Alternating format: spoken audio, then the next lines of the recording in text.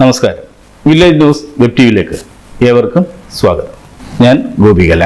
ഭരണത്തിന്റെ ഹാർട്ടിക് തയ്ക്കാൻ CPM എല്ലാ അടവുകളും പ്രയോഗിക്കാൻ ഒരുങ്ങുന്നു. കഴിഞ്ഞ നിയമസഭാ തെരഞ്ഞെടുപ്പിൽ തീരുമാനങ്ങൾ പൂർണ്ണ നിയന്ത്രണം മുഖ്യമന്ത്രി പിണറായി വിജയനായിരുന്നു. എന്നാൽ ഇത്തവണ പിടിലേശമൊന്ന അയഞ്ഞമട്ടാണ്. 2016 തെരഞ്ഞെടുപ്പ് മുന്നിൽ നിന്ന് നയിച്ചത് പരേതനായ VS അച്യുതാനന്ദനായിരുന്നു. VS മുഖ്യമന്ത്രിയാകുമെന്നായിരുന്നു അന്ന് പലരും കരുതിയിരുന്നത്. കുറഞ്ഞത് 2 വർഷമെങ്കിലും VS മുഖ്യമന്ത്രിയാകുമെന്നും പിന്നീട് പിണറായിയിലേക്ക് അധികാരം വെച്ചു മാറുമെന്നുമായിരുന്നു പാർട്ടി നേതൃത്വത്തിൽ തന്നെ പലരും കരുതിയിരുന്നത്. എന്നാൽ തെരഞ്ഞെടുപ്പിൽ വിജയം സ്വന്തമായപ്പോൾ പിണറായി വിജയൻ അധികാരം കൈപ്പിടിയിൽ ഒതുക്കുകയായിരുന്നു. അന്ന് മുഖ്യമന്ത്രി സ്ഥാനം പൂർണ്ണ തൃപ്തിയോടെ ആയിരുന്നില്ല VS കൈമാറിയത്. അന്നുണ്ടായ കോലാഹലങ്ങളൊന്നും പലരും മറന്നിട്ടുണ്ടാകില്ല.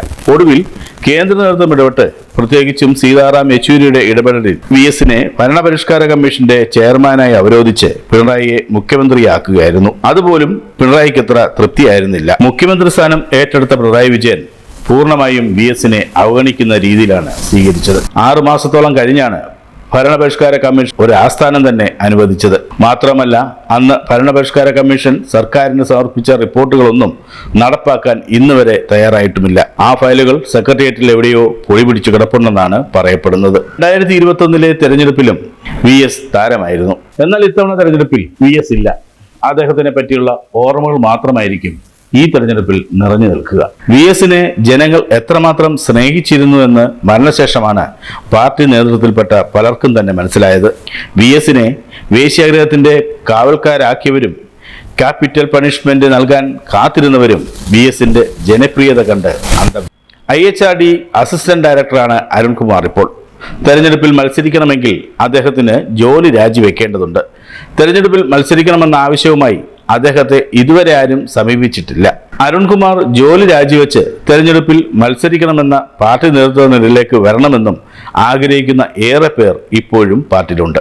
എന്നാൽ താൻ രംഗത്തിറങ്ങിയാൽ പാർട്ടിയിലെ VSന്റെ നിതാന്ത ശത്രുക്കളെല്ലാം തന്റെ നേരെ തിരിയുമെന്ന് അരുൺകുമാറിന് ഒരാശങ്കയുണ്ട്.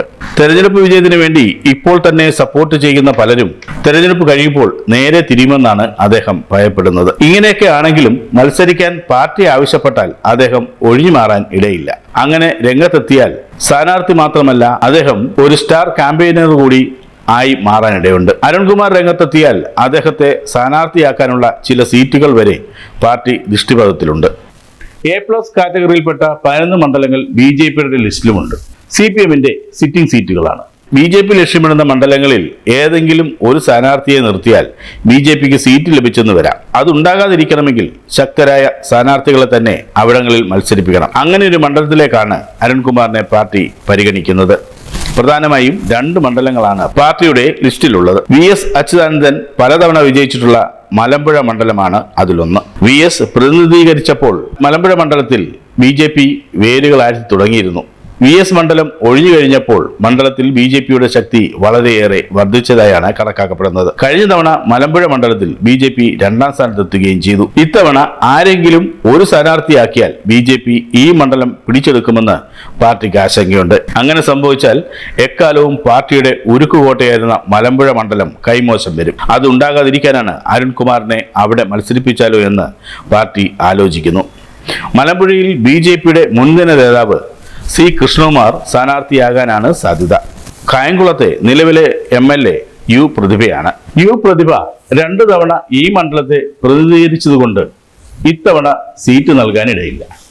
മാത്രവുമല്ല, പ്രതിഭ ഏറെ നാളായി പാർട്ടിയിലെ വലിയൊരു വിഭാഗവുമായി ഇടഞ്ഞു നിൽക്കുകയാണ്. മകന്റെ പേരിലുണ്ടായ ചില വിവാദങ്ങളും പ്രതിഭയ്ക്ക് തടസ്സമായി നിൽക്കുന്നു. കഴിഞ്ഞ പാർലമെന്റ് തെരഞ്ഞെടുപ്പിൽ അവസാന നിമിഷം ആലപ്പുഴയിൽ സ്ഥാനാർത്ഥിയായ BJP നേതാവ് ശോഭാ സുരേന്ദ്രൻ കുറഞ്ഞ ദിവസങ്ങൾ കൊണ്ട് തന്നെ ശോഭ മണ്ഡലത്തിൽ ഒരു കൊടുങ്കാറ്റായി മാറി.